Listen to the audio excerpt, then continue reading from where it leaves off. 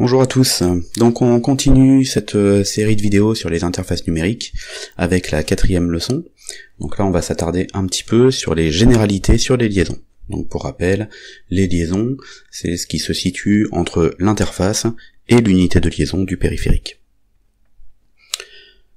Cette leçon s'articule autour de deux parties. On verra tout d'abord le principe de la transmission parallèle, avec ses avantages, ses inconvénients, et la transmission série, qu'on verra un petit peu plus en détail dans une leçon ultérieure. Allez, on attaque tout de suite avec le principe de la transmission parallèle. Transmission parallèle.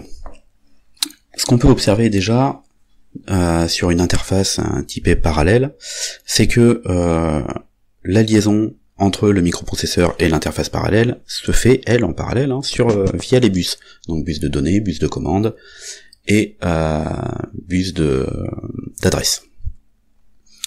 Donc là, on est déjà sur une liaison parallèle de ce côté-là. La particularité, c'est qu'on aura aussi, entre l'interface parallèle et l'unité de liaison, une liaison parallèle là encore.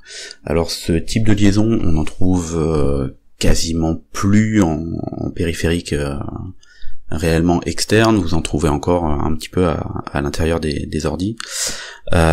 Sur les anciens disques durs, on en trouve aussi. Les très très vieilles imprimantes, on en avait, mais ce n'est plus d'actualité aujourd'hui. Le principe, eh bien, c'est tout simplement que la transmission de données en parallèle nécessite au moins autant de fils que de bits utiles au codage de l'information. C'est-à-dire que si vous avez un système qui va transférer des informations en 16 bits, par exemple, eh bien il vous faudra 16 fils. Ce qui est assez lourd à mettre en place. Donc vous imaginez bien qu'avec un système 32 ou 64 bits, il vous faudra 32 ou 64 fils. On est vite sur quelque chose de très très lourd. L'avantage d'avoir autant de fils que de bits, c'est que on va envoyer tous les bits d'un mot binaire en simultané. Donc si vous avez 16 bits pour votre donnée, les 16 partent d'un coup. Donc à chaque cadencement de l'horloge, vous avez un mot qui part. Ça peut être très très très rapide. Donc c'est assez intéressant, et c'est d'ailleurs pour ça que en interne les bus sont câblés en parallèle. Voilà pour la transmission parallèle. Comme vous l'avez vu, c'est très simple et très court. On passe maintenant à la transmission série. On va aborder tout d'abord le principe de la transmission série. Donc si en parallèle on avait un dialogue entre le microprocesseur et l'interface série, et l'interface parallèle, qui se faisait en parallèle, avec l'interface série, attention c'est le piège, cette transmission, ici, entre le microprocesseur et l'interface, se fait toujours en parallèle. Les bus ne changent pas, on est toujours sur les mêmes bus, qui eux sont du parallèle. Là où ça va changer, c'est que l'interface série va envoyer les informations vers l'unité de liaison en série. Le principe de base de la transmission de données en série est l'échange de données sur un seul fil, bit après bit. Donc cette fois au niveau physique, on consomme beaucoup moins de matériel, puisqu'on n'a plus qu'un fil pour transmettre les informations. Le problème, c'est que sur un fil, on peut pas envoyer plusieurs informations binaires en simultané. On ne peut envoyer qu'un bit à la fois, un 1 ou un 0. Donc si vous avez une donnée qui est en 16 bits, ça veut dire que vous aurez besoin au minimum de 16 ticks d'horloge pour venir chercher votre information complète.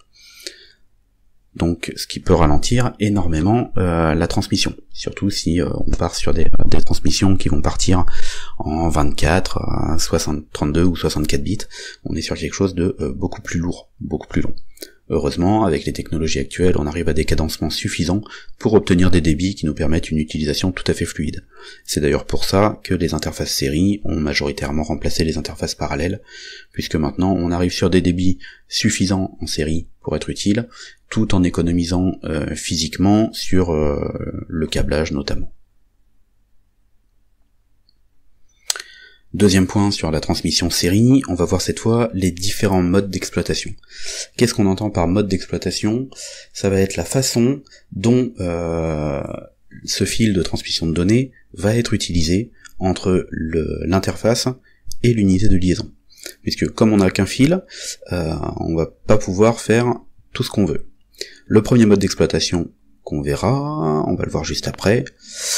Donc il définit ses possibilités de transmission sans circulation des données entre deux unités. Le premier mode qu'on va voir, il s'agit du mode simplex.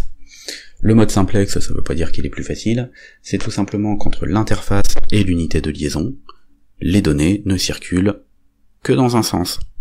Soit de l'interface vers l'unité de liaison, soit de l'unité de liaison vers l'interface. Typiquement, une souris va avoir un mode d'exploitation simplex entre l'unité de liaison de la souris et l'interface à l'intérieur de l'ordi. De la même façon, un clavier va faire la même chose. Par contre, un écran, en sortie de votre interface, vous allez partir en simplex vers l'écran. L'écran ne remonte pas d'informations de données, en tout cas, vers l'interface. On va pouvoir remonter des informations d'état, mais de la donnée, on ne pourra pas. Alors bien sûr, on a les cas particuliers des claviers programmables et des souris programmables, qui, eux, ayant une mémoire interne, vont avoir forcément besoin d'informations qui vont passer dans les deux sens. Mais on est vraiment sur un cas particulier. L'appellation de ce type de circulation de l'information dans un seul sens, on parle de transmission unidirectionnelle. Voilà, un seul sens unidirectionnel. Deuxième mode d'exploitation, cette fois-ci on va avoir le semi-duplex, ou half-duplex. C'est-à-dire qu'on a toujours notre interface, notre unité de liaison, mais cette fois-ci, la donnée va pouvoir passer dans un sens ou dans l'autre. Alors on ne pourra pas faire circuler la donnée dans les deux sens simultanément. C'est-à-dire que la donnée qui partirait de l'interface vers l'unité de liaison empêche toute donnée de passer de l'unité de liaison vers l'interface. On doit avoir terminé une première transmission pour pouvoir lancer la seconde. Donc l'information circule alternativement, dans un sens puis dans l'autre. On parle alors de transmission bidirectionnelle à l'alternat.